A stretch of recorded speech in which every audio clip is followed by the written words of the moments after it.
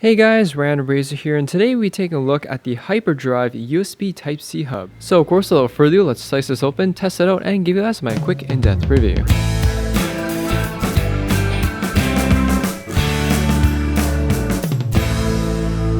Earlier this year, I reviewed 4 of Apple's major dongles that they sell on the Apple online store, such as the SD card reader from SanDisk here, and Apple's own USB to Thunderbolt 3 adapter. Considering the MacBook Pro is a mobile device, carrying 4 or more adapters with you is not the most convenient thing to do. So today we're going to see if the USB Type-C hub from Hyper will resolve that inconvenience. So the company does offer 3 different models as well as 3 different colors for their USB Type-C hubs here, available in silver, space gray, as well as gold. And we have 2 models here, and you just pick the one basically that is best suited for you. This one here is a built-in SD card reader, while this one here has 4K HDMI output.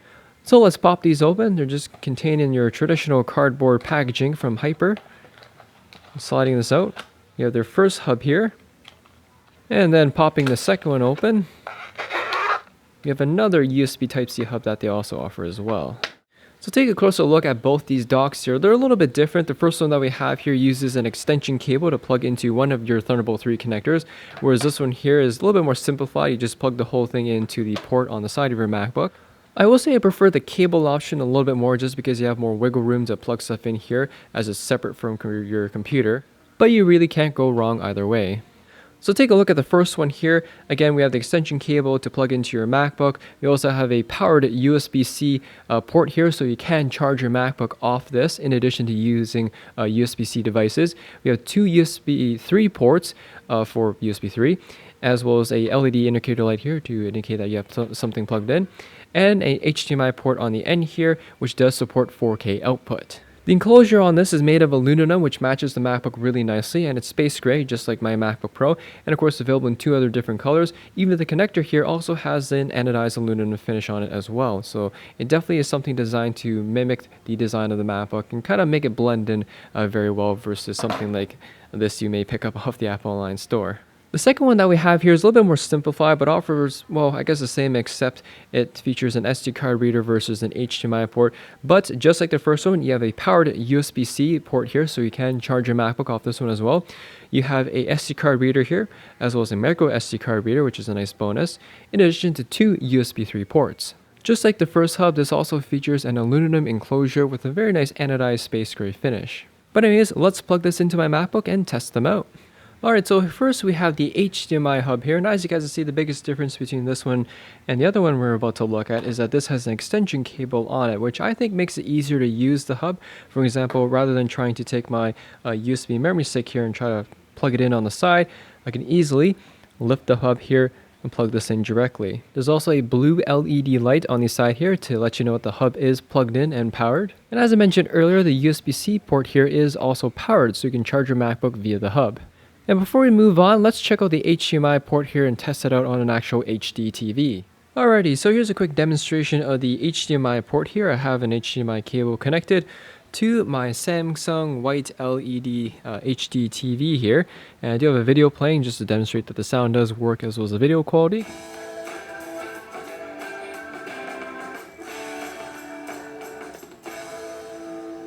So for those of you who are looking for a hub with a built-in HDMI 4K output, in addition to a couple extra USB 3 ports, then this one is certainly a great choice. The last one that we have here is the SD card reader hub, and unlike the other one, this doesn't have an extension cord, so it's a little bit more compact and I guess easier to carry. Just pop it into your Thunderbolt 3 port, like so, and you're all set to go. In comparison to the HDMI hub, this one here looks a little nicer with the MacBook because it sits nice and flush with it. So it's kind of obvious. The great thing about these hubs is that rather than buying multiple different types of dongles or even Apple's multi-port dongles, which cost significantly more, these ones here look nicer. They're built out of aluminum, they match the color of your MacBook, and you can have multiple things attached. For example, I have my USB stick here, the USB-C port for charging my computer, and an SDXC SD card reader, which unfortunately I have to flip upside down, which is something I have to get used to, but just plugs in like so, and you're all ready to go. Overall guys, the initial impressions on the Hyperdrive dock for the 2016 MacBook Pro and the normal MacBook is fairly positive. It's certainly a better concept than Apple's idea of trying to sell you multiple different doggles, where in this case you're going to have all your legacy ports all in one hub. The fact that a third-party company like Hyper can design a hub that matches nicely with the MacBook Pro and gives you everything that you need makes you kind of wonder why Apple didn't do something like this either. The third dock, for those who are wondering, is a mini Displayport dock, but I've probably seen most of you guys picking up the SD card reader one here as it seems to be most useful. Price-wise, they do average around $50, but considering if you have to buy multiple doggles from Apple themselves, you're looking at upwards of $80 like what I spent earlier this month. Plus, you're not just buying a hub to fit all your legacy ports together, but also you're saving money at the same time. If there's any cons or things I don't like about these hubs, the only thing I could say is with this particular hub here, because it sits flush with the MacBook, I do kind of wish there was some sort of padding on the side here, just in case it rubs against the side of my computer here, and of course I don't want any scratches.